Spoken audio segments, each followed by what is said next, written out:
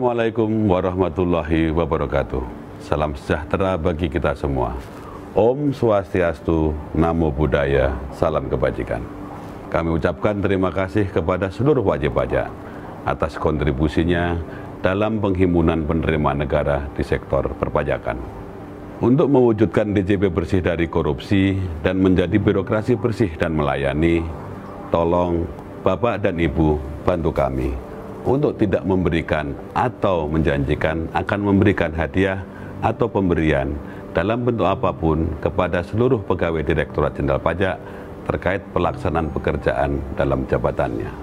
Seluruh pelayanan yang kami berikan tidak dipungut biaya. Apabila Bapak dan Ibu menemukan pegawai Direktorat Jenderal Pajak yang masih meminta atau menerima barang, uang, fasilitas, atau apapun dari wajib pajak, agar segera melaporkannya melalui saluran pengaduan resmi Direktorat Jenderal Pajak, Kering Pajak 1500-200. Semoga Allah Subhanahu wa Ta'ala memberikan kekuatan kepada kita semua, bersatu bersama-sama menghimpun penerimaan pajak untuk pembangunan Indonesia tercinta. Pajak kuat, Indonesia maju. Assalamualaikum warahmatullahi wabarakatuh.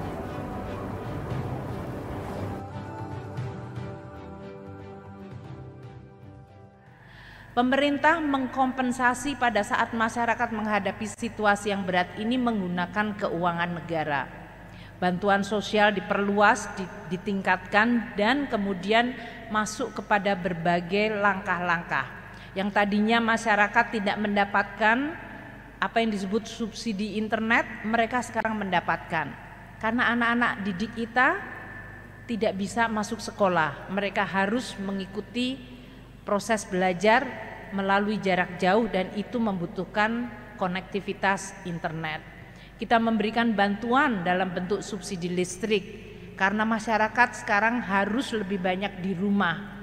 Kita juga memberikan bantuan sosial, PKH, sembako, bahkan sampai di desa, di mana dana desa dikonversi menjadi bantuan langsung tunai. Ini semuanya adalah langkah-langkah yang dilakukan oleh pemerintah dengan terus berkomunikasi dengan DPR untuk bisa melindungi masyarakat yang sedang menghadapi suasana yang tidak biasa, musibah yang luar biasa. Oleh karena itu pada tahun 2020 kita melalui Perpu nomor 1 yang kemudian diundangkan menjadi Undang-Undang nomor 2 tahun 2020 melakukan langkah-langkah extraordinary, luar biasa. APBN ada di garis depan. Kita memberikan bantuan secara sangat luas pada saat masyarakat mengalami beban yang sangat tinggi, ancaman kesehatan, tapi juga kondisi ekonomi yang merosot. Tahun 2020 program penanganan COVID dan pemulihan ekonomi mencapai 575 triliun. Tahun ini bahkan melonjak menjadi 744 triliun. Dan tahun depan kita desain pada awal 414 triliun, meskipun ini selalu akan sangat tergantung pada situasi. Karena tahun 2021 pun PEN atau pemulihan ekonomi nasional tadinya hanya didesain sekitar 350 triliun. Namun dengan adanya varian Delta melonjak dan kemudian menyebabkan kita harus melakukan restriksi kepada kegiatan ekonomi dan sosial masyarakat, kita meningkatkan hampir 2 kali lipatnya. Program-program ini juga untuk mendukung berbagai pembangunan yang terus berlangsung. Program prioritas, perlindungan sosial, bidang kesehatan jelas merupakan prioritas utama, namun juga kita memberikan insentif dan bantuan kepada UMKM.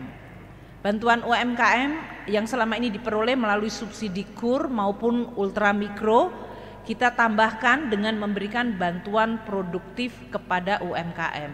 Pada saat kita harus melakukan PPKM level 4, di mana masyarakat tidak mampu berjualan, kepolisian dan TNI diberikan juga mandat dan misi untuk membantu para pedagang kaki lima.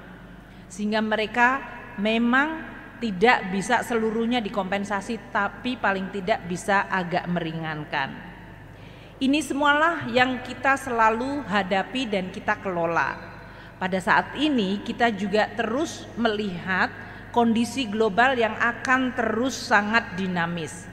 Artinya kewaspadaan kita terhadap COVID masih harus tinggi, kewaspadaan terhadap lingkungan global yang tidak mudah dan tidak selalu tenang itu juga harus kita tingkatkan. Oleh karena itu kita akan mengantisipasi dinamika global yang berpotensi memberikan dampak negatif bagi Indonesia. Nah, APBN yang bekerja luar biasa keras selama tahun 2020, 2021 dan tahun depan perlu untuk dijaga kesehatannya. Belanja yang mencapai 2.750 sekitar itu akan terus dijaga untuk bisa membiayai program-program yang penting bagi rakyat. Kesehatan, bantuan sosial, pendidikan. Kemudian dari sisi belanja untuk membangun infrastruktur yang penting, bantuan pada UMKM dan juga belanja-belanja lain yang bertujuan untuk memperkuat fondasi ekonomi Indonesia. Namun seluruh belanja itu harus didanai dan dana itu berasal dari penerimaan perpajakan dan bukan pajak. Karena kita dalam situasi tertekan, kita bisa defisitnya ditingkatkan, namun tidak boleh terus-menerus dalam defisit yang sangat tinggi. Karena kemudian keuangan negara bisa tidak sehat dan menimbulkan ketidakstabilan yang kemudian bisa menimbulkan krisis ekonomi. Kita sudah lihat banyak negara yang mengalami hal tersebut.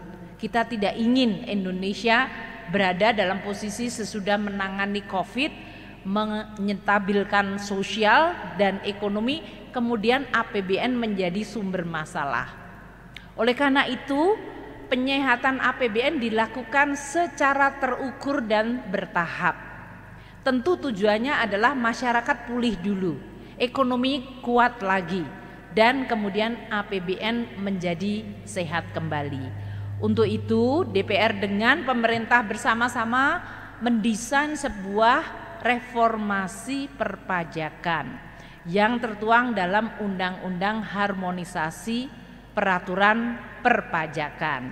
Nah, apa yang ingin dicapai dan apa saja yang ada di dalam undang-undang yang begitu penting bagi masyarakat kita? Karena kita bicara pajak, langsung masyarakat langsung merasa oh ini beban ini beban ini beban ini. Padahal di dalam harmonisasi ini banyak sekali pemihakan kepada rakyat, terutama yang kelompok tidak mampu, UMKM.